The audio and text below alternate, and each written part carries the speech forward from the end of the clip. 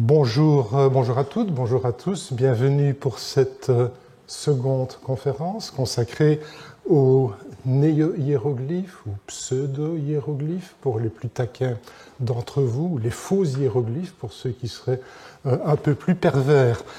Lors de la première conférence, donc la semaine dernière, je suis parti d'un ouvrage exceptionnel, réellement emblématique, qui lança la mode des néo-hiéroglyphes en Italie. Je veux bien sûr parler de l'Hypnerotomachia polyphili, paru en 1499 sous les presses de Aldo Manucci à Venise. Alors je vous en reproduis tout de suite ici, on l'a déjà vu la fois dernière, mais je vous repropose ici la première inscription, mais avec cette fois-ci la version latine de Colonna et la traduction française, pas une traduction française, mais la traduction française telle qu'elle est parue dans l'édition parisienne de Jacques Kerver, la première édition en français, qui a connu 3 éditions notables au XVIe siècle, la première étant de 1546, à laquelle je me référerai parfois parce que c'est plus commode en ce sens que cette version a les folios qui sont numérotés, tandis que l'édition Princeps, Aldine, a des folios non numérotés pour la référenciation. C'est parfois plus commode. Ce livre, qui est probablement un des plus beaux de la Renaissance, c'est du moins ce qu'on dit, est remarquable pour le nombre et la qualité des planches qui accompagnent le texte. Comme vous le savez, le héros, Polyphile, découvre au cours de son voyage onirique quelques inscriptions curieuses composées de signes où l'on reconnaît sans peine des êtres humains, en tout ou en partie, il se fait qu'ici précisément il n'y en a pas, des animaux, des plantes, des ustensiles aussi, des outils et objets divers de la vie quotidienne. Le tout forme un texte que Polyphile, parfois avec un peu d'aide de la part de son aide qui l'accompagne dans ce parcours, appelé logistique, un texte que Polyphile n'a jamais aucune difficulté à traduire et que, parfois, dit-il, il peut traduire immédiatement. Alors, la traduction française, comme vous le voyez, j'en ai un tout petit peu modifié l'orthographe pour la moderniser, mais en gros, c'est celle de Jean Martin. Les inscriptions qui se présentent à l'attention de Polyphile sont unanimement qualifiées par lui de hiéroglyphiques. Non seulement des compositions comme celle-ci, qui, comme vous pouvez le voir déjà, suivent en gros les standards de l'épigraphie classique, mais aussi des arrangements beaucoup plus libres dont l'interprétation est beaucoup moins contrainte. Alors, voilà. Avant d'aller plus loin dans l'exposé, il n'est probablement pas inutile de clarifier la notion même de hiéroglyphe.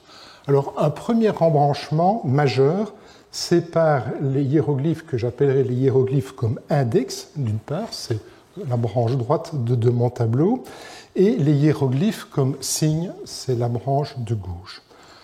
Nous ne nous occuperons pas ici de la première catégorie, donc la branche de droite sur mon diagramme, où des signes qui rappellent fidèlement ou un peu moins fidèlement l'écriture hiéroglyphique ont été disposés de manière aléatoire, sans intention de véhiculer un discours particulier. Leur rôle est simplement de renvoyer, si vous voulez, le lecteur ou le spectateur à une Égypte antique qui peut être, suivant les cas, plus ou moins fantasmée.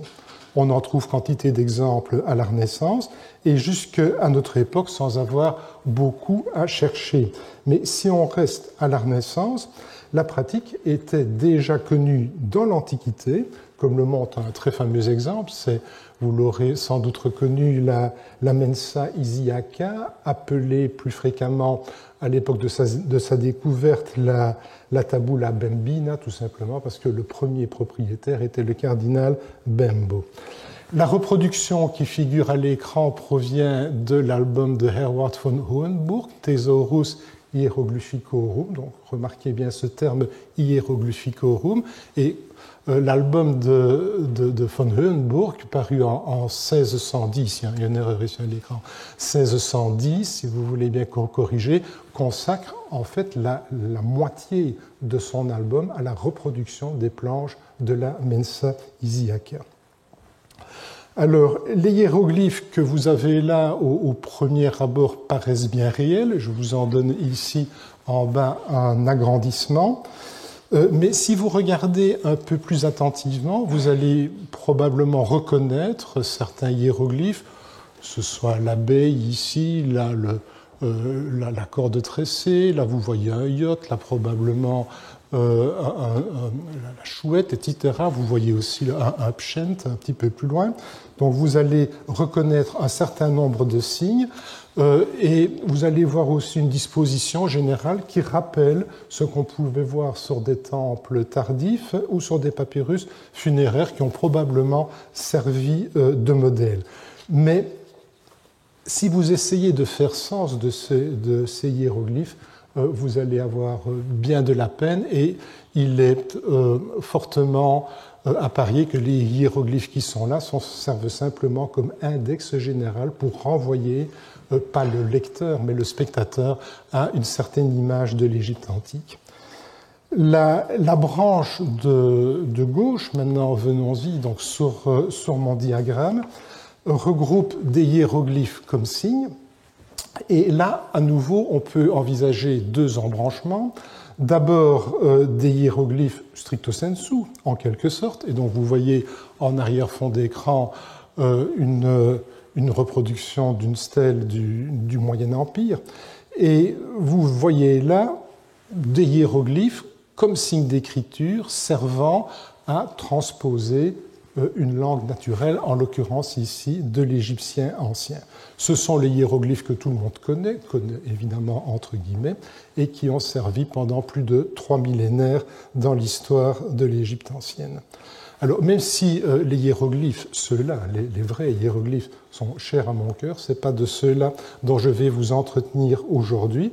Nous avons en effet à traiter plutôt des hiéroglyphes comme symboles, c'est-à-dire les néo-hiéroglyphes, comme je préfère les appeler, dans la mesure où ce terme rend quelque peu justice aux humanistes et artistes de la Renaissance qui se sont saisis de cette idée, quand bien même ils l'avaient de toute évidence mal comprise et réinterprétée pour s'en servir à des fins qui leur étaient propres. Mais c'est aussi, après tout, ce qui en rend l'étude intéressante. Il n'est en effet pas si fréquent de voir naître une écriture et même, dans une certaine proportion, une langue, et d'en suivre les cheminements pendant plus d'un siècle. Alors, je vais maintenant déployer ce dernier titre, les hiéroglyphes comme symboles. Je poursuis ma taxonomie. Les hiéroglyphes comme symboles peuvent s'organiser en deux groupes principaux, suivant qu'ils constituent une forme d'écriture ou bien qu'ils sont utilisés comme symboles figuratifs. Alors, dans le premier groupe, donc les néo-hiéroglyphes, nous trouvons les néo-hiéroglyphes, j'appellerais ça au sens strict, et également ce qu'on appelle les iconogrammes. Alors, les néo-hiéroglyphes, tout d'abord, forment des inscriptions, on va en voir des exemples tout à l'heure, dont ils reproduisent les codes, et les iconogrammes, quant à eux, combinent une double valeur. Un premier degré d'interprétation est offert par la composition générale, et un second degré où les éléments de la composition, que j'appellerai donc ici des iconèmes, activent chacun une valeur symbolique qui permet, une fois assemblée correctement, de proposer une séquence interprétable dans une langue naturelle, à l'instar donc des néo-hiéroglyphes. Alors, l'opposition entre les deux formes d'expression peut être illustrée par deux compositions qui proviennent toutes deux de l'hypnérotomachia. Alors, en contraste avec l'inscription de gauche, que nous avons déjà eu l'occasion de voir et que nous reverrons encore, la composition de droite impose d'abord à l'esprit une lecture globale, où l'on reconnaît des moitiés d'éléphants, des fourmis entières. En fait, on aurait dû aussi avoir des moitiés de fourmis, mais c'était beaucoup plus compliqué à représenter. Tout cela groupé autour d'un caducée. Alors, comme nous allons le voir dans un moment, au-delà de l'interprétation qu'on peut donner au tableau, les éléments qui le composent permettent aussi de produire une phrase dans un langage naturel. Mais pour y arriver, il faut combiner les iconèmes selon une séquence qui ne suit pas l'ordre linéaire qui s'impose, lui, dans une inscription néo-hiéroglyphique classique, comme par exemple celle de gauche. Alors, pour fixer tout de suite les idées, je vous propose quelques illustrations des deux catégories. Alors, vous aurez reconnu ici, bien sûr, la première inscription de polyphile.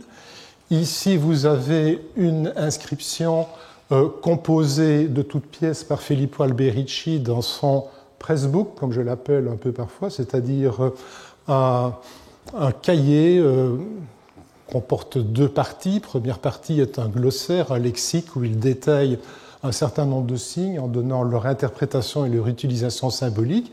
Et dans la deuxième partie, il s'est alors lui-même attelé à composer un certain nombre d'inscriptions néo-hiéroglyphiques avec l'intention d'aller les vendre auprès de la nobilité anglaise, là où il s'est installé pour un temps. Je crois que ça n'a pas extrêmement bien fonctionné. Ici, vous avez une composition un peu curieuse qui est due probablement aussi à Jean Martin, qui a été faite pour la joyeuse entrée d'Henri II à Paris. On est en 1549 et ici, sur l'obélisque qui est supporté par un rhinocéros, j'ai expliqué la fois dernière pourquoi on avait un rhinocéros et pas un lion, un éléphant, puisque le modèle est évidemment à nouveau l'Hypnerotomachia de Polyphile.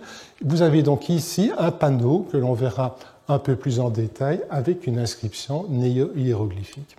Ici, je l'introduis pour la première fois, nous avons un des montants du tombeau de Hubert Millemans, qui se trouve en l'église Sainte-Croix à Liège, ma bonne ville de Liège, et qui est probablement ce monument, le monument le plus important qui est conservé en épigraphie un texte hiéroglyphique. Il y a deux montants et lors de la prochaine leçon, nous verrons comment il est possible d'arriver à une traduction, à une interprétation de ce texte, puisque, à l'inverse de ces trois documents, la traduction ne nous en est pas parvenue.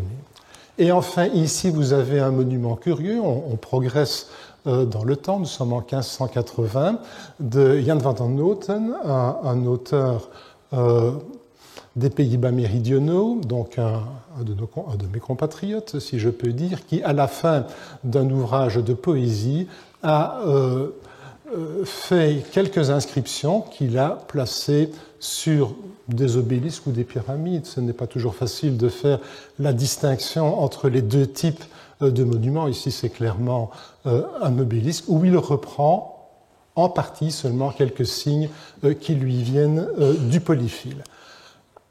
À droite de l'écran, vous avez là quelques iconogrammes et vous saisissez tout de suite que la disposition est fort différente. Le médaillon de l'éléphant ou fourmi, j'en ai déjà dit un mot. En bas, et cela me servira de totem pour la conférence de ce jour, l'encre au dauphin qui figure également dans l'Hypnerotomachia Polyphylie, donc toujours en 1499. Et puis ici, un petit dessin, en fait il est tout petit, hein, il fait quelques centimètres seulement de haut, 4-5 centimètres de haut, dû à Lambert Lombard et conservé également dans les collections liégeoises. Alors, les hiéroglyphes, alors, comme symboles figuratifs, sont tout à fait différents. Ces derniers proposent une composition iconographique, donc à la manière des iconogrammes, avec toutefois une différence majeure. Si certains éléments ont une valeur symbolique. Ils ne se laissent pas assembler, du moins ça n'a jamais été proposé, de telle sorte à pouvoir former une phrase et former un discours interprétable dans une langue naturelle. Alors, à titre d'exemple, parce que c'est finalement cette catégorie qui est la mieux représentée, je vous reproduis ici le fameux œil ailé d'Alberici. Là, on est vraiment dans la première moitié du XVe siècle, c'est-à-dire à une époque où la littérature néoplatonicienne n'est pas encore véritablement accessible. On est bien avant Marcille Ficin, bien avant la diffusion des Hieroglyphica du pseudo-Horapollon. Mais alors ici, au XVIe siècle, c'est un symbole qui a souvent été reproduit, qui a souvent été glosé et commenté. C'est le fameux symbole de la lettre Y, tel qu'il a été ici conçu par Geoffrey Tory dans Champfleury. On est ici vraiment au mi-temps du XVIe siècle. Et puis, parce que ça servira déjà à planter un petit jalon pour la dernière conférence, le hiéroglyphe de Pan, tel qu'imaginé par Athanasius Kircher dans l'Oedipus Aegyptiacus. On est ici entre 1653 et 1655, où l'on peut voir la figure de Pan, sur laquelle ont été accumulés un certain nombre de symboles qui vous sont détaillés ici dans la liste qui figure en bas à droite de l'écran. Et cette composition est dûment qualifiée d'hiéroglyphe de Pan par Kircher. Alors, le tableau, je vous avais dit la fois dernière que j'aimais bien les tableaux, le tableau que vous avez maintenant sous les yeux est un essai de classification des trois types de production que je viens d'illustrer. Alors, j'ai retenu ici trois critères, on en verra un petit peu plus quand nous progresserons dans l'exposé. J'ai retenu donc essentiellement ici trois critères. Le premier est un critère purement linguistique. On envisage simplement le fait de savoir si la composition est traduisible ou non dans une langue naturelle. Je dis bien traduisible, pas explicable, ou glosable, ou paraphrasable, si je peux employer ce terme-là. Il s'agit vraiment ici d'envisager une traduction terme à terme, comme on le ferait entre deux langues.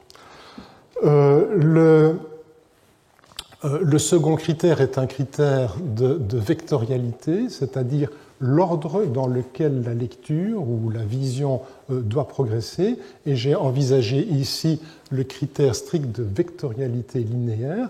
Il y a, nous le verrons pour les iconogrammes, une vectorialité, mais chaque iconogramme impose sa vectorialité, elle n'est pas donnée, et donc c'est une différence que l'on peut faire entre les deux. Le dernier critère est le critère du lexique. Ça veut simplement dire que lorsque vous composez une inscription, et on le verra plus en détail la fois prochaine, vous avez besoin d'une grammaire pour assembler les mots, vous avez pour bien faire besoin d'une langue de référence, puisque quand je soulève la question de savoir est-ce que les inscriptions sont traduisibles, en fait, il ne s'agit pas d'une traduction, mais d'une retraduction, puisque les inscriptions néo-hiéroglyphiques sont bien évidemment fondées sur un texte préalable. Donc il s'agit de pouvoir, non pas traduire, mais de retraduire.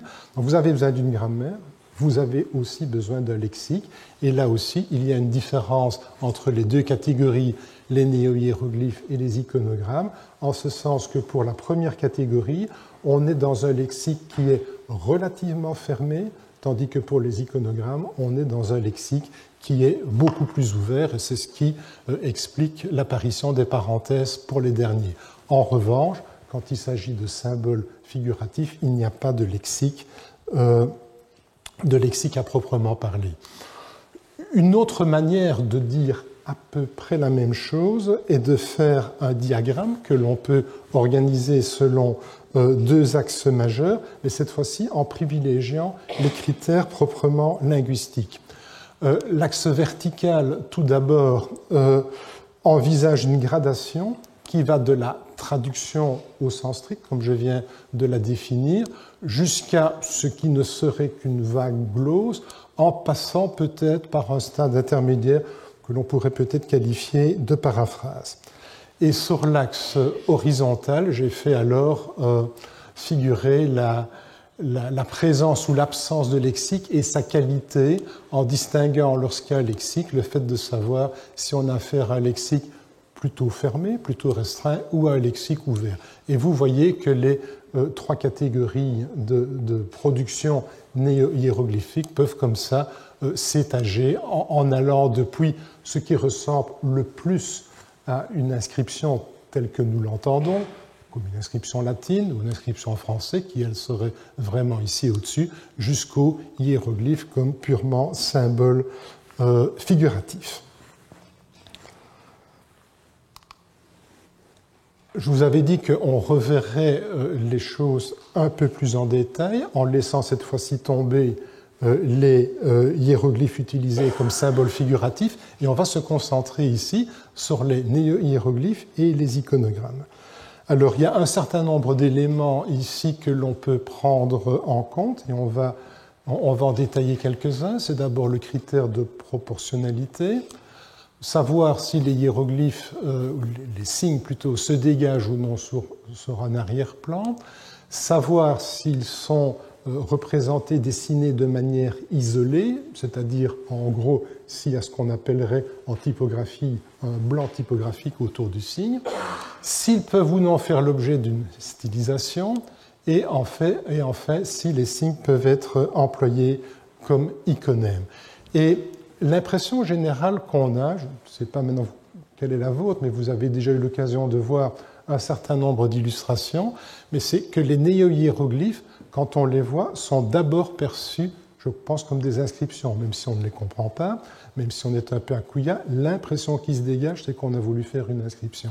En revanche, quand on regarde un iconogramme, c'est d'abord l'aspect tableau unitaire qui saute aux yeux, et ce n'est que dans une seconde lecture, quand on voit apparaître quelques éléments qui paraissent un peu incongrus dans une représentation iconographique, qu'on se dit, tiens, il y a peut-être une intention particulière. Mais l'intention, je crois, de départ, en tout cas la perception de départ, est fondamentalement différente. Alors, le critère de proportionnalité, mais il est apparent dans les inscriptions néo-hiéroglyphiques. Par proportionnalité, on veut simplement dire que les signes ont été recalibrés de telle sorte à pouvoir figurer dans une ligne de texte. Donc, tous les signes que vous avez ici, qui, dans leur référent en dehors de l'inscription extralinguistique, ont évidemment des proportions différentes.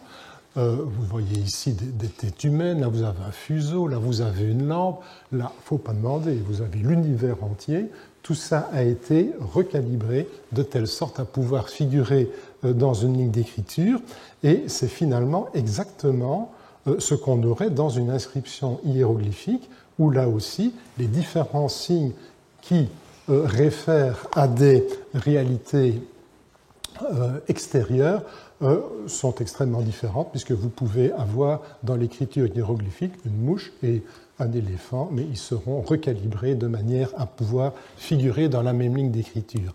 Quand on passe en revanche sur les iconogrammes, ce n'est plus la même chose.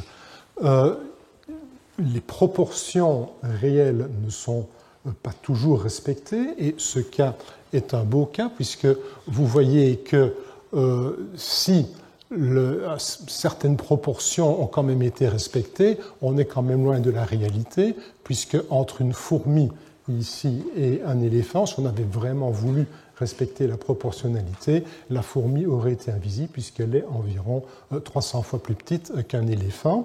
Et l'élément central, le caducée, ici, a été magnifié parce que c'était ça qui était important. Alors, autre chose ici, c'est le principe de stylisation que je voulais illustrer ici. Vous voyez la différence entre, nous sommes ici, vous l'aurez reconnu, chez Filippo Alberici, je vous ai proposé déjà ce tableau tout à l'heure, et je vous ai dit qu'il y avait deux parties. Une partie glossaire qui ouvre le manuscrit, un lexique si vous voulez, et vous voyez ici la notice qui est consacrée au défenseur. Et le défenseur peut être illustré, notamment ici, par le casque. Mais le casque tel qu'il est reproduit dans la partie glossaire est accompagné d'un glaive, d'un bouclier. Vous voyez un certain nombre de détails et vous voyez aussi de la polychromie. Donc je ne détaille pas ici le signe du dragon, mais vous voyez là également la richesse de détails et la polychromie.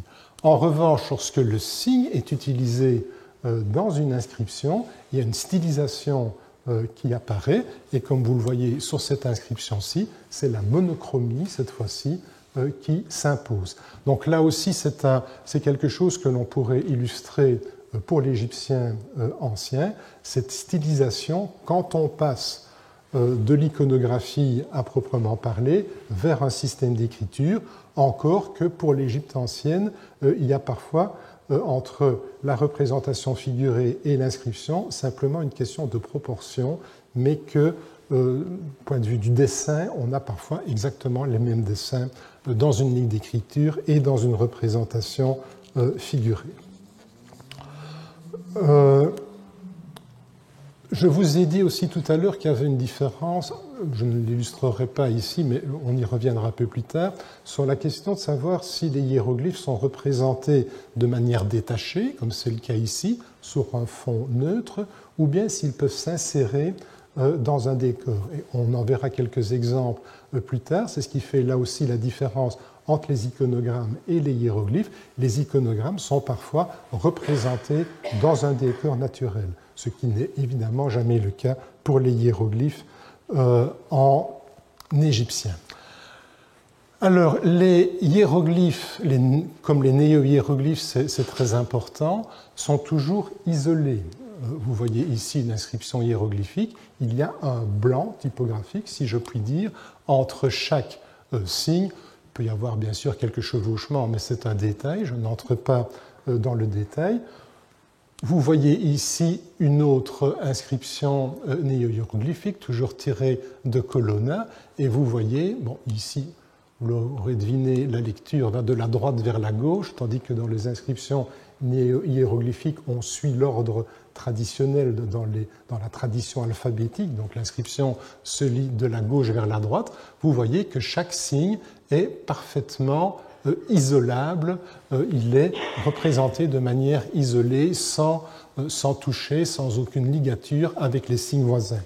Alors, ce n'est évidemment pas les inscriptions hiéroglyphiques de l'Égypte ancienne qui ont servi de modèle aux artistes et aux humanistes de la Renaissance, mais plutôt des inscriptions comme celle-ci, c'est-à-dire de l'épigraphie classique tout à fait traditionnelle que l'on commençait à redécouvrir déjà dès le XVe siècle, et c'est l'époque aussi où on a commencé à avoir des recueils épigraphiques. En revanche, quand on considère les iconogrammes, c'est beaucoup plus compliqué. Je reviens donc sur l'iconogramme ici de l'éléphant et de la fourmi. Il est beaucoup plus difficile de distinguer où se trouvent les iconèmes et comment les individualiser. Est-ce que ceux-ci forment un seul signe, ou bien est-ce qu'il faut comprendre l'éléphant plus la fourmi? Est-ce que le caducée doit s'analyser comme une seule pièce, ou bien est-ce qu'on doit faire une différence ici pour les deux serpents?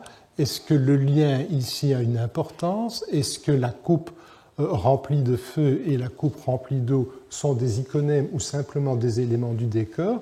Vous voyez que pour chacun de ces iconogrammes, un certain nombre de questions se posent que nous pouvons résoudre lorsque nous avons la traduction.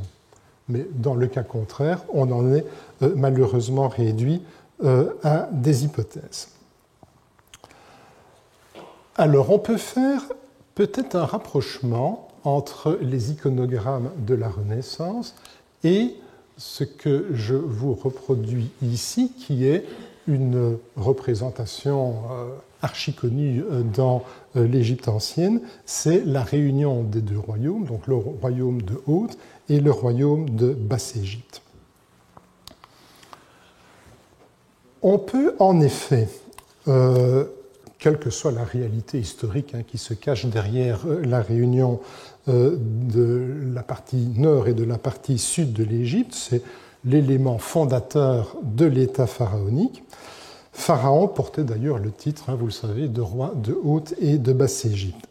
Chaque partie de l'Égypte avait ses symboles, que ce soit des couronnes, des plantes héraldiques et des divinités. Et c'est ce moment particulier qui était célébré à chaque couronnement qui est représenté dans la scène que vous avez maintenant plus en grand à l'écran. On y voit les deux divinités tutélaires, Horus et Seth, liant les plantes héraldiques de la Haute et de la Basse-Égypte autour d'un signe que vous avez ici, qui représente une trachée humaine fixée au poumon. Si vous avez gardé à l'esprit l'iconogramme de l'éléphant et de la fourmi, vous avez là aussi un signe qui est hors proportion par rapport aux autres éléments, de la même manière que le caducée, qui occupait la partie centrale de l'iconogramme, est tout à fait magnifié et hors proportion. Alors, au-dessus de ce signe, vous avez ici un cartouche figurant le nom du roi, ici, qui est Percaré pour Sésostris Ier. Alors, la lecture iconographique que je viens de faire, rapidement, elle est assez simple, et n'importe qui pouvait la faire, et ça avait probablement, pour la plupart des gens, cette seule fonction, pouvoir reconnaître ce moment privilégié dans la vie du royaume, et qui rappelait aux spectateurs une partie du mythe de l'idéologie royale. Mais en fait, il y a plus. La représentation d'une trachée, et c'est souvent aussi le petit déclic qu'on doit avoir lorsqu'on lit un iconogramme, c'est la qualité d'incongruité, si on veut, d'un élément dans un décor. Et donc la présence ici d'une trachée, je pense, est curieuse, sinon tout à fait bizarre. Mais elle prend en revanche tout à fait son sens si l'on s'avertit qu'elle est aussi un signe hiéroglyphique.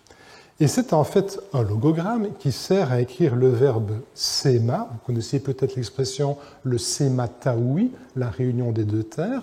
Donc c'est précisément de ça qu'il s'agit ici. Et le premier mot, séma, est un verbe qui signifie unir, réunir. La présence donc d'un signe hiéroglyphique doit éveiller l'attention sur une possible lecture de l'ensemble. Et de fait, les iconèmes présents peuvent, s'ils sont assemblés évidemment dans l'ordre correct, et on revient au problème de vectorialité que j'ai signalé tout à l'heure, peuvent sans problème composer une phrase interprétable dans une langue naturelle. Inhersetexema mehushema Percaré, ce sont Horus et Seth qui unissent le nord et le sud. Pour Percaré, le seul élément qui manque vraiment, c'est ici le N, le bénéficiaire, mais c'est peut-être aussi un trait que les deux types de composition à la Renaissance et dans les iconogrammes de l'Égypte ancienne partagent, c'est de ne pas noter les relations morphologiques et syntaxiques. Quant au in ici, qui sert à introduire normalement un sujet nominal dans une clef sentence, mais je vous épargne les détails. Après tout, je l'ai mis en parenthèse, mais avec les noms propres, ce n'est même pas obligatoire. Alors, l'ordre de lecture, comme je vous l'ai dit, elle doit être constituée par le lecteur ou par le spectateur. Le seul élément qui peut peut-être attirer l'attention, c'est cette symétrie qu'il y a dans la scène avec le signe séma qui occupe la place centrale, qui est peut-être une indication qu'on doit un peu jouer à saute-mouton entre la partie gauche et la partie nord. En tout cas, le nom de Pharaon, dans ce cas précis, étant parfaitement symétrique, il n'induit aucun type de vectorialité. C'est un peu différent, je m'excuse pour le hiéroglyphe ici, le cartouche qui est pictorialisé, mais après tout vous l'avez en clair ici. C'est un peu différent ici dans cette variante où vous avez le même roi, mais ici avec son nom de Senen ou Zéret, où enfin les deux premiers signes ici possèdent une orientation et pourraient donc être une indication sur la vectorialité principale de ce type de composition. Alors, arrivé à ce point de l'exposé, les similitudes et les différences entre les inscriptions iconographiques et les iconogrammes commencent, je pense, à apparaître plus nettement. Les deux modes de représentation permettent d'exprimer un message qui est transposable dans une langue naturelle. Les éléments signifiants ont une valeur symbolique qu'il appartient au lecteur de retrouver. Pour former ensuite une phrase, il faut dans les deux cas donner une réalité morphologique à l'idée représentée symboliquement par le signe. Dans la première inscription de l'Hypnérotomachia, rien ne prédispose le premier élément, c'est le bucrane, si vous vous en souvenez, à être un substantif, ni le deuxième, c'est un autel enflammé, à être un verbe. De même, les relations syntaxiques sont le plus souvent non exprimées, avec quelques exceptions toutefois que nous étudierons dans la conférence prochaine. Enfin, rien en dehors du contexte général ne permet de se faire une idée sur la temporalité, ni sur la modalité qu'il faut accorder au texte.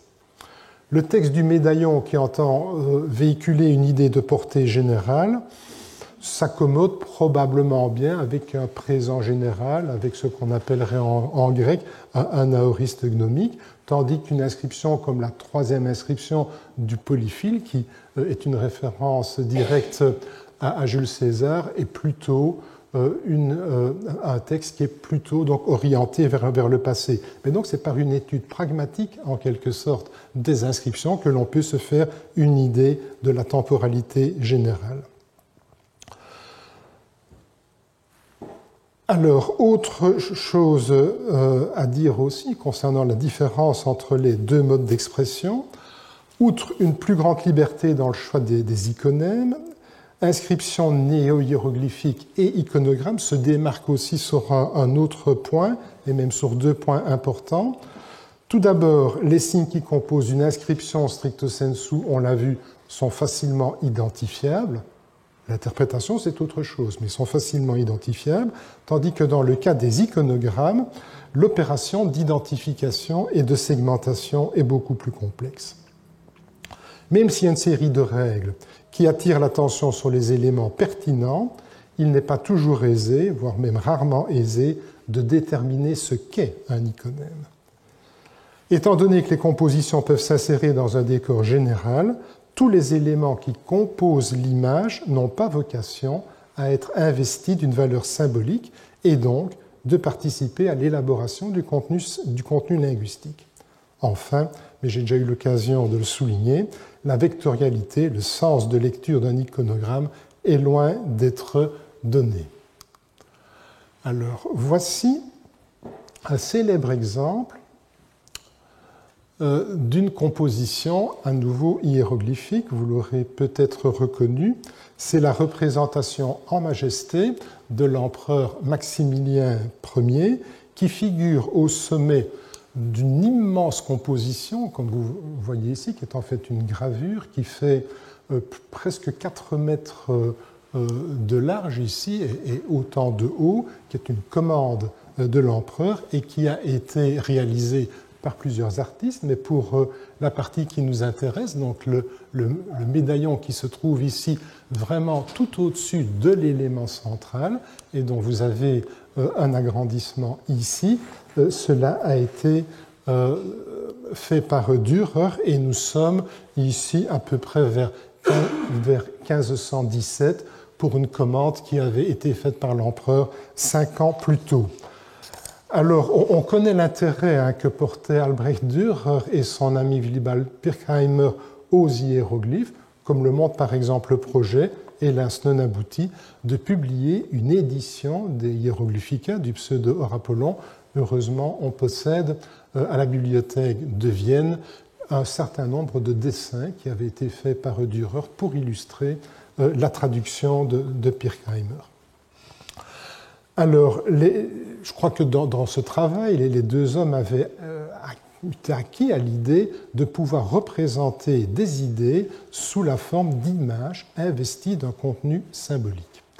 Alors, la composition de Dürer, vous le voyez, figure Maximilien assis, de profil, revêtu de l'armure, il est sur un trône, il tient d'une main un globe, de l'autre un sceptre, autour duquel un serpent est enroulé. Sinon, il est environné d'animaux et d'objets de toutes sortes qui détonnent dans une scène a priori censée se dérouler dans un lieu convenable à l'apparition d'un monarque en majesté. On reconnaît en effet un lion, ici, un bœuf, là, un chien revêtu d'une étole, il est là, un serpent coupé en deux, je ne sais plus où il est, par là, mais aussi un aigle, une huppe avec la patte levée, un coq également, vous voyez le coq ici, et également des pieds qui sont posés sur l'eau, ici. Ce n'est pas les pieds de Maximilien, ces pieds sont là, et là ce sont des pieds qui sont simplement posés sur l'eau. Voilà bien des éléments inattendus, sinon tout à fait incongrus. J'ai relevé il y a un moment qu'il était bien plus ardu de repérer les éléments signifiants d'un iconogramme que les signes d'une inscription hiéroglyphique. Et je crois qu'on en a ici tout à fait la démonstration. Il y a un certain nombre de détails, de décors qui figurent dans cette composition, mais qui n'ont rien à voir avec le contenu purement sémantique de l'image. Alors, il y a bien des procédés qui peuvent aider le lecteur à séparer ce qui est essentiel de ce qui n'est qu'accessoire, mais ça reste quand même toujours une opération délicate. L'étrangeté des éléments est, je crois, quand même précisément l'un des critères qui permet de voir ce qui possède une saillance, parce que c'est un problème de saillance, un problème d'arrière-plan et d'avant-plan, si vous voulez, par rapport à ce qui ne serait précisément qu'un élément d'arrière-plan. Il y a donc de grandes chances que la huppe que vous avez là, que le lion ou que les pieds détachés qui sont sur l'eau soient des iconèmes. En revanche, l'armure que porte l'empereur est selon toute probabilité un élément du décor. Cela posé, retrouver tous les éléments signifiants, les interpréter correctement et les placer ensuite dans le bon ordre pour retrouver une inscription cohérente reste une véritable gageure. Très heureusement, ici aussi, la solution nous a été donnée puisque nous possédons l'interprétation et la traduction. Oui, elle est ici en tout petit, mais elle a surtout été ensuite développée en mettant côte à côte les différents éléments signifiants. Et donc, je vous donne ici la traduction. Donc, un héros d'une renommée immortelle et éternelle, c'est l'élément numéro 1, issu d'un ancien lignage, c'est la botte de papyrus, le plus grand des chefs, le plus grand, le plus fort, le plus puissant, enfin, c'est pas Mohamed Ali, mais c'est presque, comblé de tous les biens de la nature, des arts et de la connaissance, le divin Maximilien, empereur des Romains, perpétuellement auguste, seigneur de la plus grande partie du globe terrestre. Vous voyez que parfois, une traduction pour un seul signe, tout ça, comme aurait dit l'autre, en si peu de mots. Avec des qualités guerrières et la plus grande modération d'esprit, il a triomphé dans une victoire, excellent, le très puissant roi de France. Alors le roi de France, vous l'aurez deviné, c'est le coq qui est ici, ce qui paraissait impossible pour la plupart des gens, et la notion d'impossibilité, c'est précisément les pieds qui sont sur l'eau, tels que nous en avons d'ailleurs une notice dans les hiéroglyphica du pseudo-Rappelon, et c'est ainsi défendu lui-même des ruses de l'ennemi.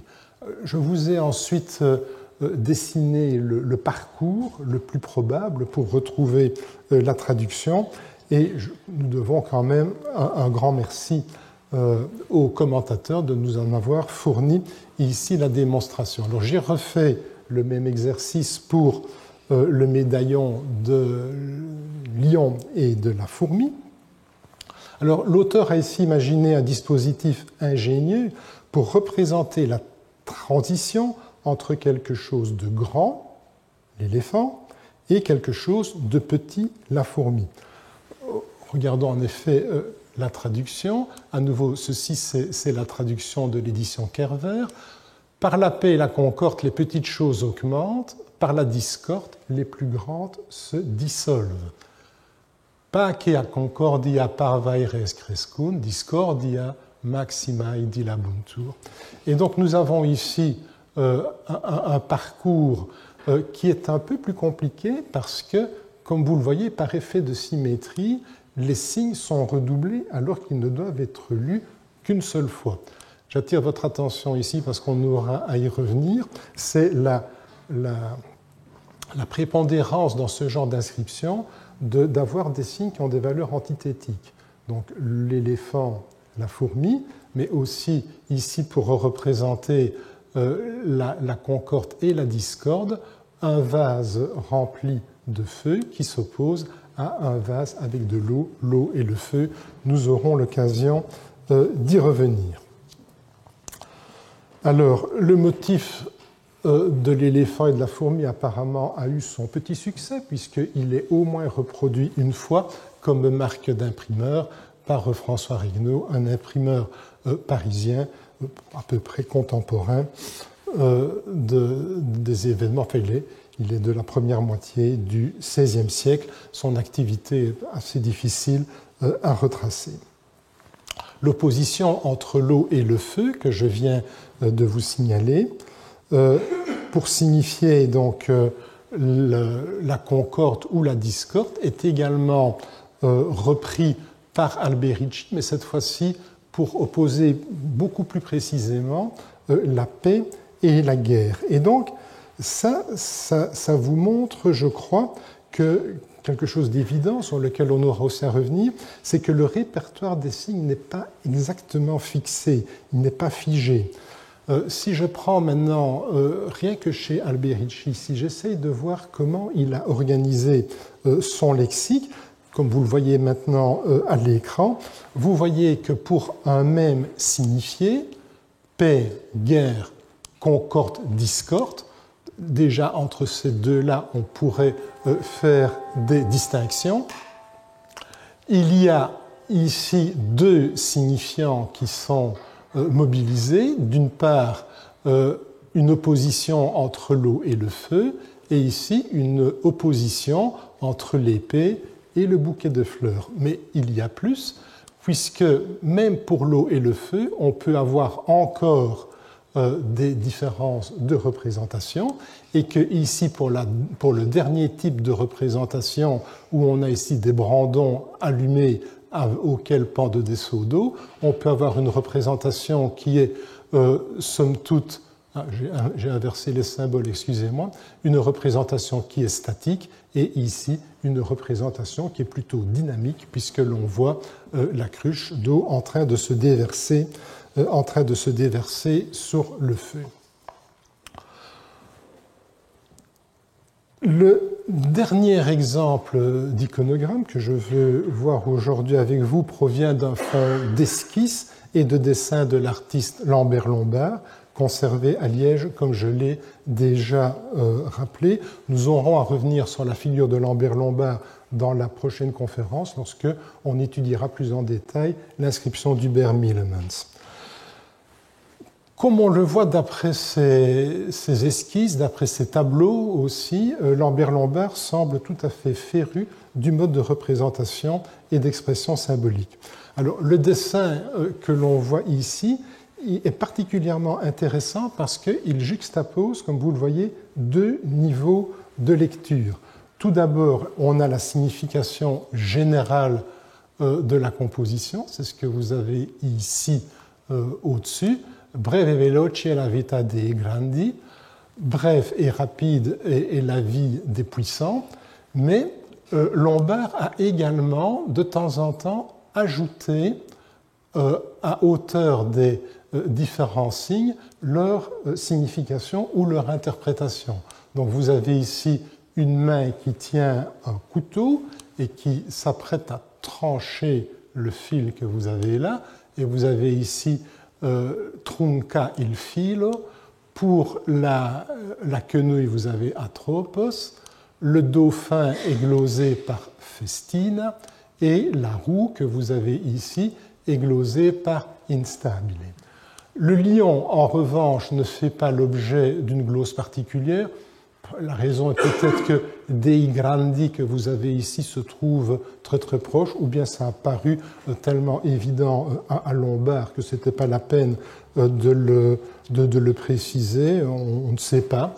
Ça n'a pas beaucoup d'importance. La figure du lion, on l'a déjà vu exploiter à la Renaissance, notamment par Dürer, dans l'Arc de Triomphe de Maximilien. Elle ne figure toutefois pas dans les sources anciennes et qui ont traité des hiéroglyphes. C'est-à-dire que le lion est fréquemment cité, mais pas en relation avec la royauté, ce qui peut paraître peut-être curieux.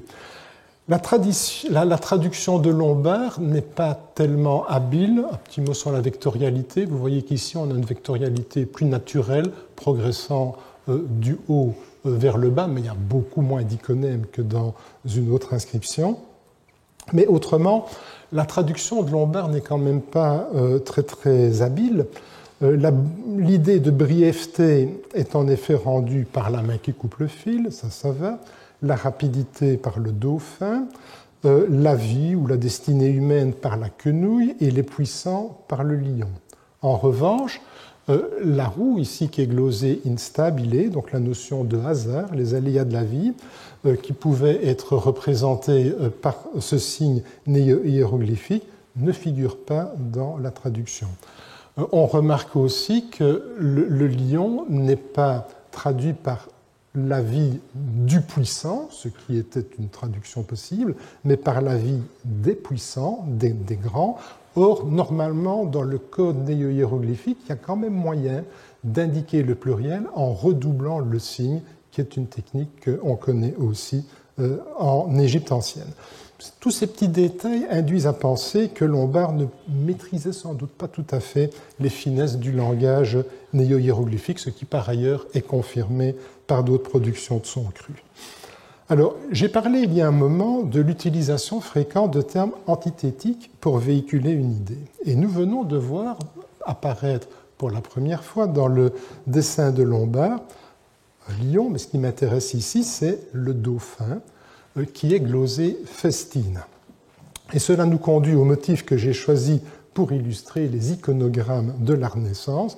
Je veux parler de la célèbre représentation de l'encre au dauphin.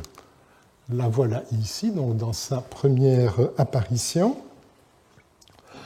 Elle apparaît donc à la toute fin du XVe siècle et au tout début du XVIe de trois manières différentes.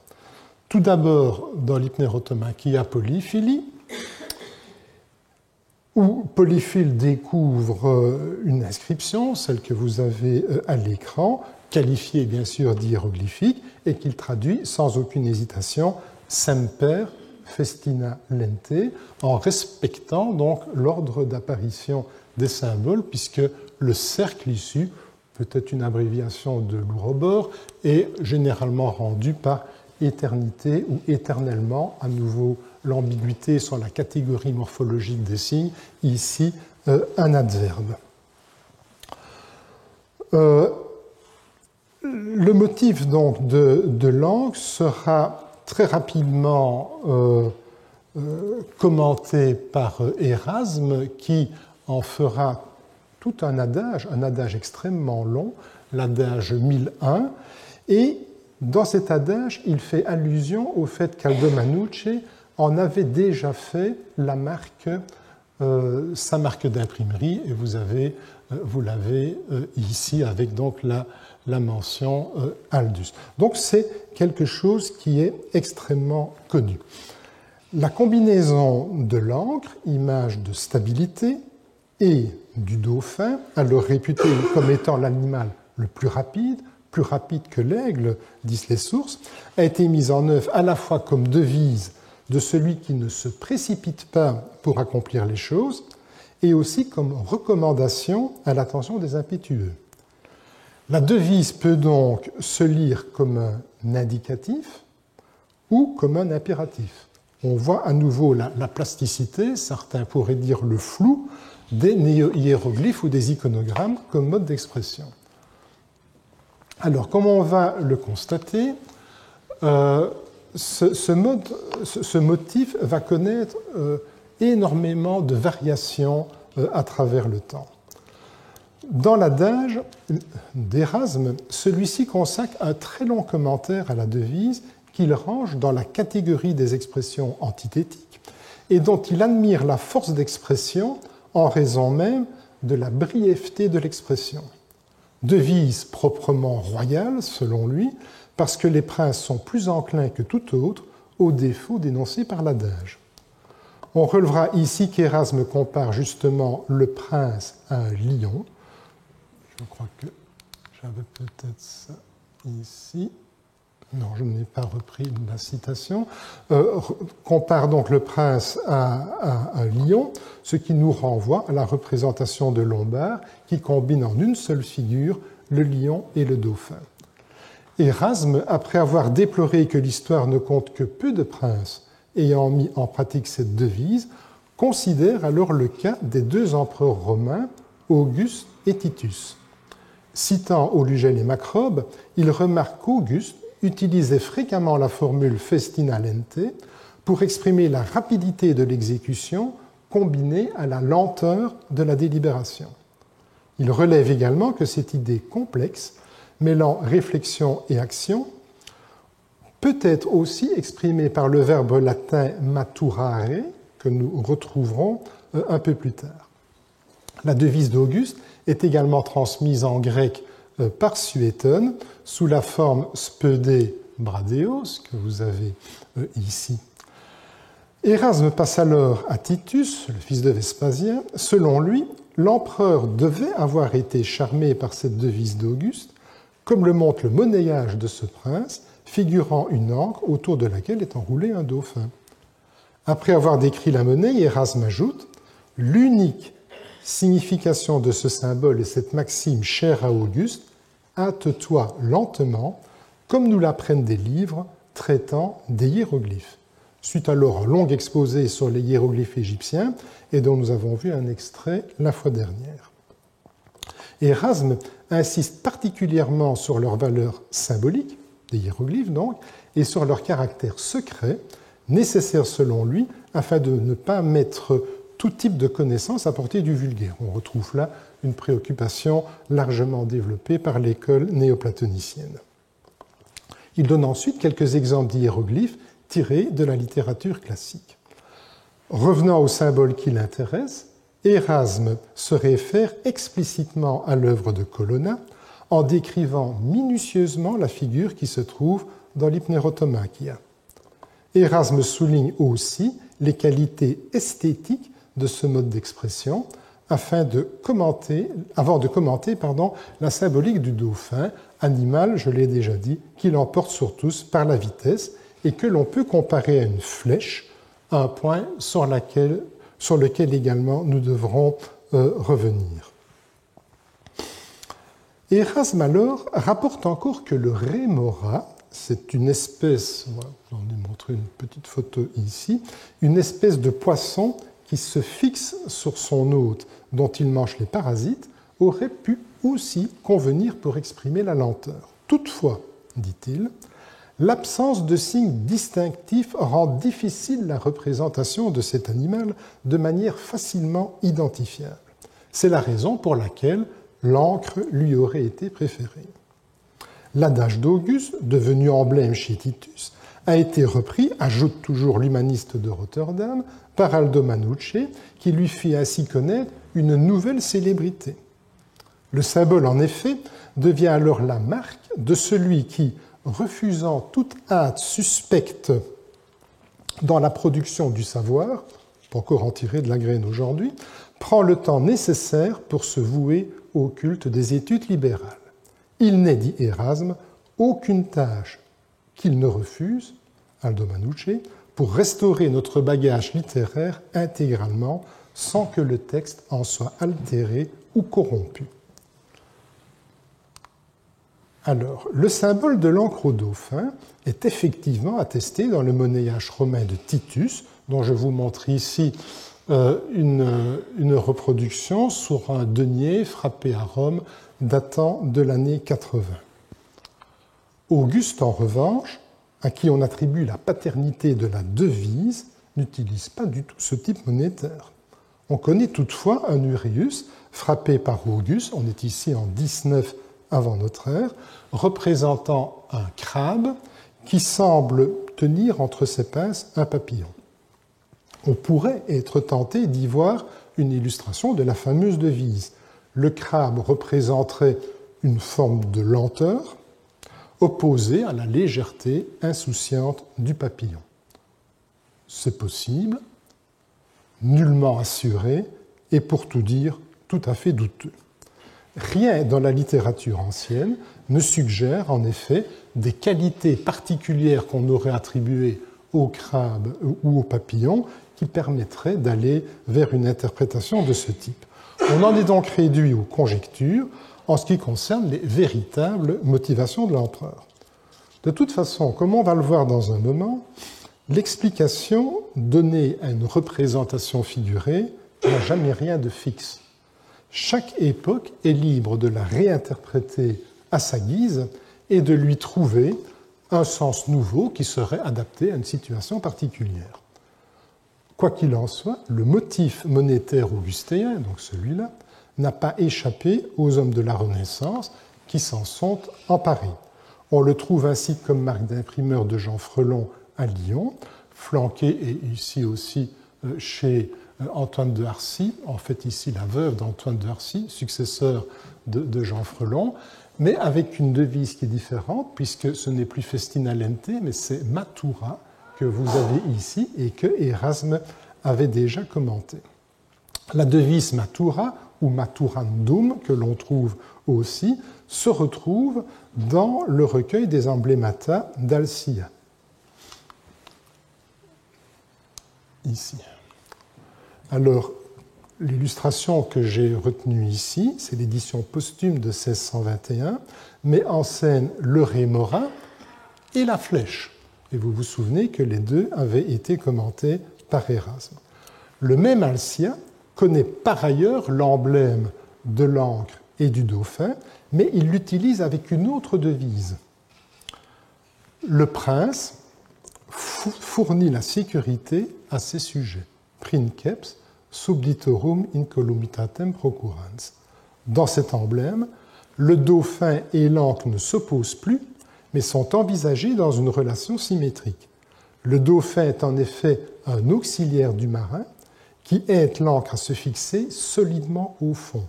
Ce que l'encre est pour les marins, le prince, à l'instar du dauphin, doit l'être pour ses sujets. Et d'ailleurs, dans l'édition Princeps de 1531, on a une toute autre représentation et on voit ici le dauphin à l'œuvre tirant derrière lui l'encre qu'il va donc aider à fixer au bon endroit. Ceci rappelle quand même un peu l'allégorie figurant dans le traité des vertus cardinales de François de Moulin de Rochefort, réalisé à une date qu'on peut estimer entre 1509 et 1514. Comme l'a montré Françoise Lecoq, fort bien, je pense, l'auteur connaissait l'ouvrage de Colonna auquel il va très souvent chercher son inspiration. Je reviendrai un peu plus tard sur cette représentation dans mon exposé. Dans le recueil des imprésés de Gabriel et Simeoni, on est un petit peu plus tard, les deux motifs ont été réunis sur 2 pages consécutives avec le même motto, cette fois-ci, Festina Lente, que vous avez ici.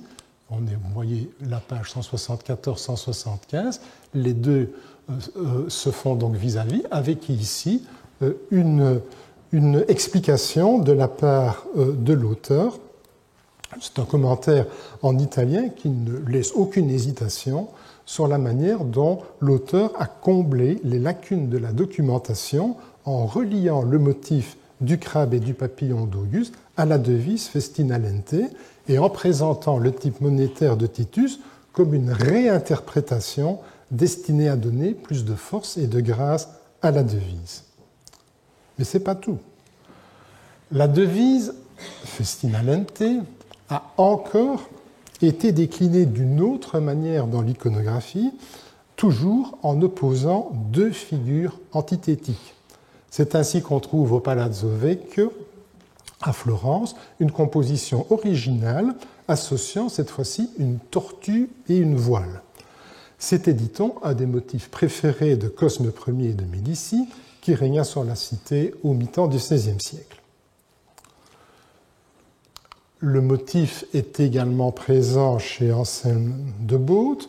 On est un petit peu plus tard, ici l'édition est de tout début du XVIIe siècle, dans un traité intitulé Symbola Divina et Humana Pontificum Imperatorum Regum, qui met explicitement cette représentation avec sa devise en lien avec le duc d'Étrurie, c'est-à-dire Cosme Ier. Dans son commentaire, il insiste sur la prudence et la circonspection qui caractérisent la démarche de la tortue. Et vous voyez, ceci est également dans le même recueil. Il a repris la représentation traditionnelle, mais en ajoutant encore ici le gouvernail. On retrouve encore le motif sur un jeton, cette fois-ci, début du XVIIe siècle, émis à Nuremberg entre 1612 et 1651. Et à chaque fois, vous pouvez le voir, figure explicitement la devise Festina Lente. On notera au passage que de Baute connaissait aussi, c'est la représentation que vous avez ici, la représentation traditionnelle de la devise Festina Lente. Alors, en voici encore une autre illustration, mais je n'ai pas la prétention d'être complet. Cette fois-ci, nous sommes toujours à Nuremberg, mais dans un recueil de Peter Iselburg, les Emblemata Politica, et je vous engage à lire pour vous-même ce magnifique poème en allemand. Autre représentation encore, ici, de Andrzej Maximilian Fredro. On est vraiment ici dans la seconde moitié du XVIIe siècle. Et si je vous donne cette représentation, c'est parce qu'à nouveau, il y a un petit glissement dans le motif iconographique, puisque cette fois-ci, la notion de légèreté a été incarnée par un pied posé sur la tortue, et ce pied, comme vous le voyez, est ailé. Alors, c'est intéressant parce que on peut faire, semble-t-il, un lien, en tout cas c'est un lien que je vous propose, avec un iconogramme qui se trouve dans l'Hypneurothomaquia Polyphylie, où vous voyez cette étrange composition. À nouveau, je vous disais tout à l'heure que pour essayer de repérer les iconèmes, il faut peut-être dans une représentation avoir l'œil attiré par ce qui est un peu incongru.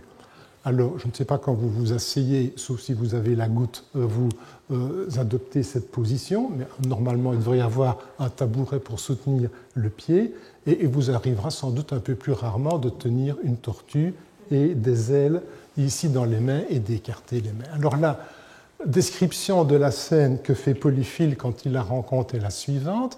Une dame ceinte d'un serpent, et c'est toujours la version française de Jacques Kerver, publiée par Kerver, une dame ceinte d'un serpent, assise seulement d'une jambe et tenant l'autre haussée en contenance de vouloir se lever.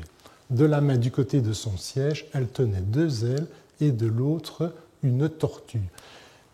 Tout ça, évidemment, est un hiéroglyphe pour Polyphile, c'est donc possible de le traduire, et voici la traduction qu'en donne Polyphile. Modère la légèreté par t'asseoir et la tardiveté, ainsi traduit Jarmactin, par te lever. Comme il l'avait déjà fait pour l'encre dauphin, Colonna recourt ici au procédé rhétorique de l'antithèse, opposant doublement le fait de se lever et celui de s'asseoir, d'une part, et la tortue et la paire d'ailes, d'autre part. Le couple se lever-s'asseoir fait immanquablement penser, pour les égyptologues, à l'expression égyptienne aha hemsi, se lever, s'asseoir, qui dénote respectivement l'activité et l'absence d'activité, tandis que l'opposition entre la tortue et la paire d'ailes signale la différence entre la lenteur et la vitesse. Chez Colonna, toutefois, cet iconogramme n'est pas un doublon du Festina Lente, comme cela pourra le devenir plus tard, par exemple chez Cosme Ier. Il semble qu'il faille interpréter la composition comme une incitation à tempérer un excès de hâte par de la lenteur, mais aussi un excès de lenteur par un surcroît d'activité. Les deux attitudes, hâte et lenteur, sont considérées comme des défauts, tous les deux, auxquels il faut remédier. En cela, Colonna anticipe le commentaire d'Erasme dans son adage Festina lente, où ce dernier condamne aussi l'excès de lenteur. Le verbe tempera, que nous avons donc ici, le verbe tempera engage à trouver le juste milieu. Il n'est donc pas un synonyme non plus de matura, un mot également traité par Erasme et qu'on a vu réutilisé dans les emblèmes et sur certains jetons et médailles. Alors ici, dans le tableau que vous avez à l'écran, vous voyez à quel point le motif a pu se développer, comment il s'est décliné, entraînant donc des variations dans le motto qui en donne la signification générale. En France, j'y ai déjà fait allusion, le motif est présent dans le traité des vertus cardinales. L'iconographie tire pour une bonne part son inspiration de l'hypnérotomachia. Et pour le motif qui nous occupe, l'encre et le dauphin forment un couple œuvrant de concert. Ce n'est plus une composition antithétique comme dans l'ouvrage de Colonna. Ainsi que d'autres l'ont relevé, la présence du dauphin est peut-être aussi une délicate attention destinée à François, dauphin de France, le fils de Louise de Savoie, à qui le traité est dédié. L'amiral Guillaume du Gouffier, seigneur de Bonnivet, amiral de France, qui mourut héroïquement en 1525 à la bataille de Pavie, en avait fait son emblème, comme on peut le voir ici sur son monument funéraire. Vous avez l'emblème qui figure ici au pied, et il est également reproduit ici le long de la jambe droite. Le symbole fut encore reproduit, avec plusieurs autres d'ailleurs, dans l'un des cloîtres de l'université de Salamanque. Le motif de l'encre est ici traité en symétrie, il est reproduit deux fois, mais comme on peut le voir ici,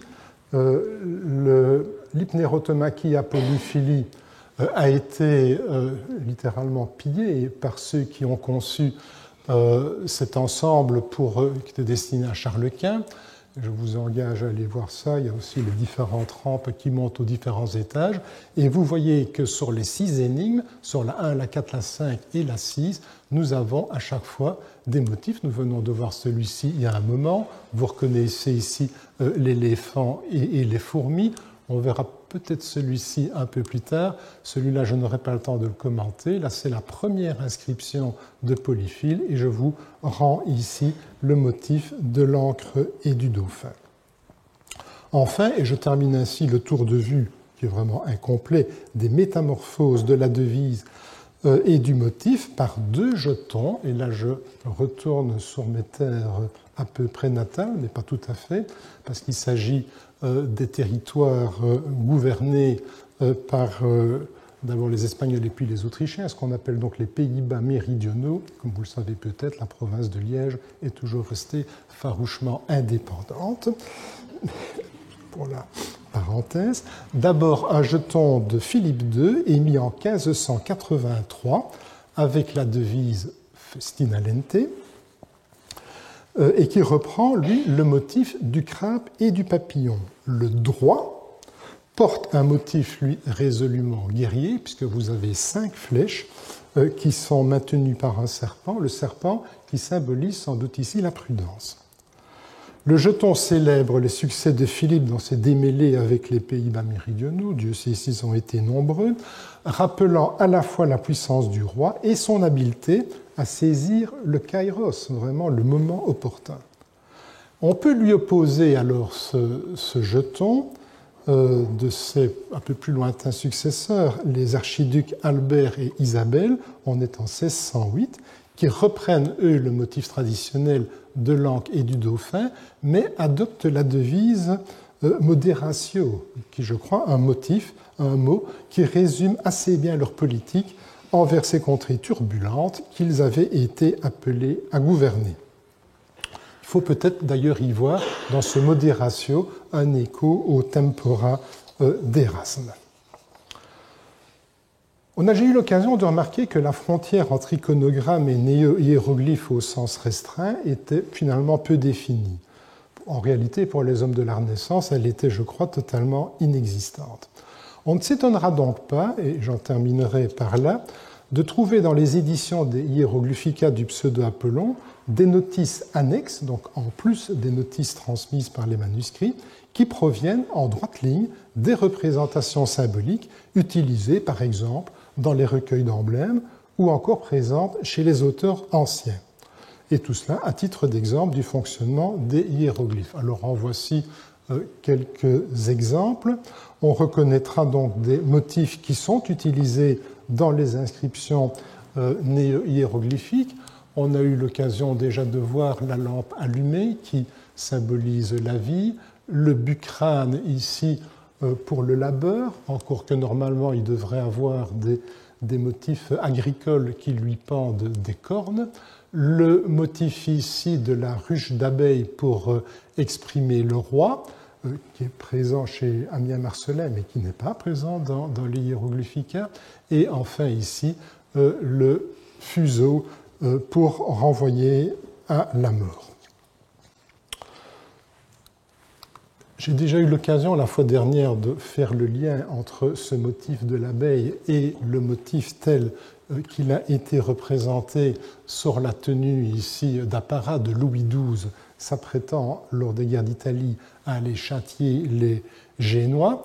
Je reprends ici la notice d'Ammien Marcellin. Une abeille occupée à faire du miel exprime le mot roi pour faire entendre que si la douceur est l'essence du gouvernement, la présence de l'aiguillon doit toutefois s'y faire sentir, à méditer.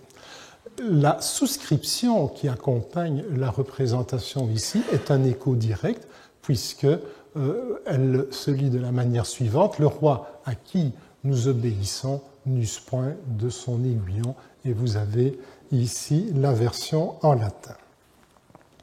Cerise sur le gâteau, si l'on peut dire, on y trouve même dans ces notices annexes la croix pour annoncer la vie à venir en souvenir de la narration de la destruction du Sérapéum d'Alexandrie en 391, telle que rapportée avec des variantes par Ruffin d'Aquilée, Socrate, le scolastique et Sozomène. J'avais déjà eu l'occasion d'en dire un mot la fois dernière, mais je ne vous avais pas donné la représentation qu'en fait la Souda. Ben, la voilà ici. Quand on purifia les temples grecs sous le règne de Théodose, le grand roi, on découvrit que dans le sanctuaire de Sarapis, des signes hiéroglyphiques qui avaient la forme de croix. Quand ceux qui s'étaient convertis au christianisme parmi les Grecs virent cela, ils déclarèrent que la croix signifiait, d'après eux, qui connaissaient les signes hiéroglyphiques, la vie à venir, et même si elle est à nouveau pixelisée, vous reconnaissez ici le signe Ankh, un des signes probablement les plus connus de l'Égypte ancienne et qui est immortalisé dans les innombrables représentations touristiques.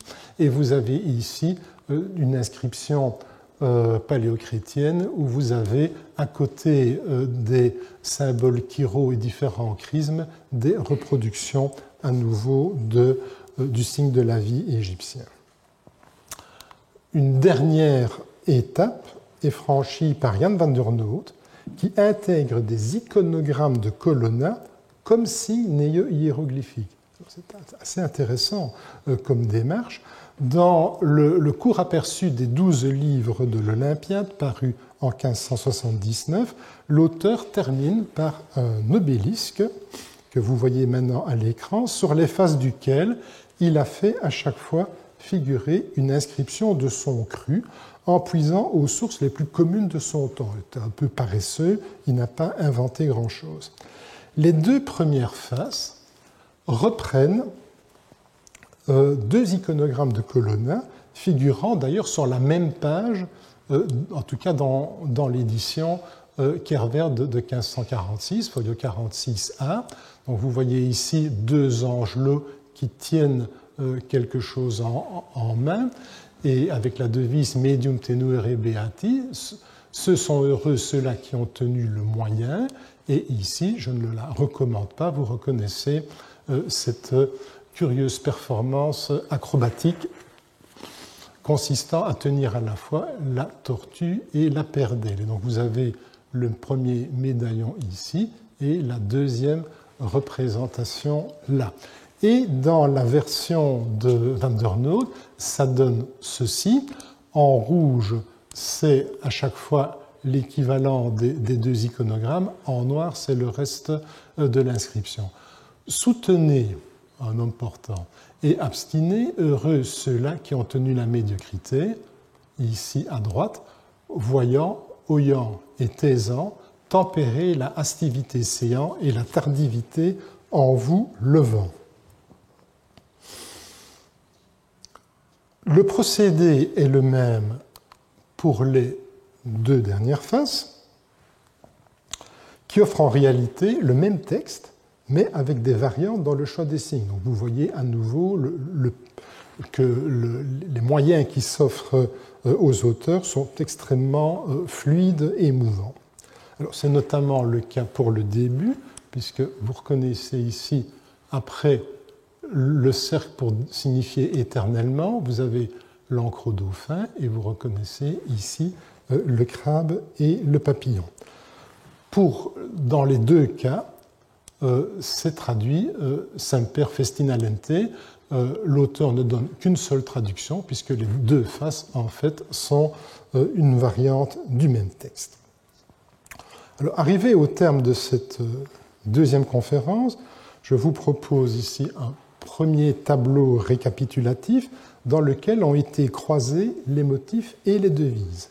Comme vous pouvez le constater, je ne vais pas le commenter ou le recommenter, ce serait peu utile ici, mais vous voyez sans peine la diversité à partir d'un seul motif, la diversité ou plutôt le foisonnement, pourrait-on dire, qui est réellement impressionnant.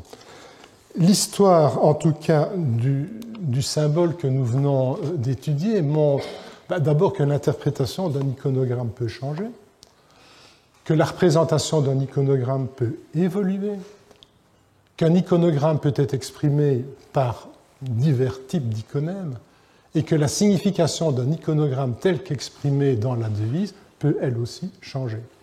En conclusion, grande fluidité, plasticité dans les iconogrammes qu'on ne trouve pas dans les inscriptions néo-hiéroglyphiques stricto sensu. Et là, c'est vraiment, j'espère que vous aurez compris ça, vraiment une grande différence entre ces deux modes d'interprétation, quand bien même, pour les gens de la Renaissance, tout ça est qualifié unanimement et sans distinction d'hiéroglyphe. Et voici mon dernier tableau. Je me suis souvenu un peu de mes études en philologie classique pour faire un stemma. Donc, si vous voulez, c'est la même chose que le tableau de slide précédemment, mais en tenant compte, cette fois-ci, des influences et d'une certaine progression chronologique, puisqu'on part ici de 1500 pour aller jusqu'en 1600, c'est-à-dire aux dernières productions ici de Philippe II et d'Albert et Isabelle. Donc vous voyez qu'à partir de deux motifs monétaires et d'un commentaire trouvé chez les auteurs classiques, dont rien, vous voyez qu'il n'y a pas de ligne, que je n'ai pas mis de ligne entre ces différents motifs, rien ne nous autorise à penser qu'ils aient jamais été liés dans l'Antiquité, mais à partir de cela, vous avez, c'est ce que symbolise ici le cercle en pointillé, je dirais ça c'est les festina lente, en gros. Et vous voyez que c'est le groupe le plus important, avec généralement une exploitation de l'encre du dauphin, mais parfois quand même avec une exploitation aussi de ce signe-là.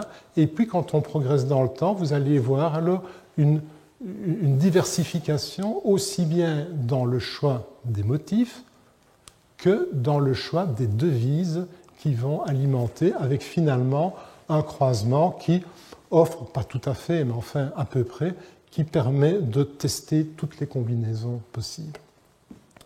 Et voilà, avec cela, nous avons terminé la conférence d'aujourd'hui et je vous remercie pour votre attention.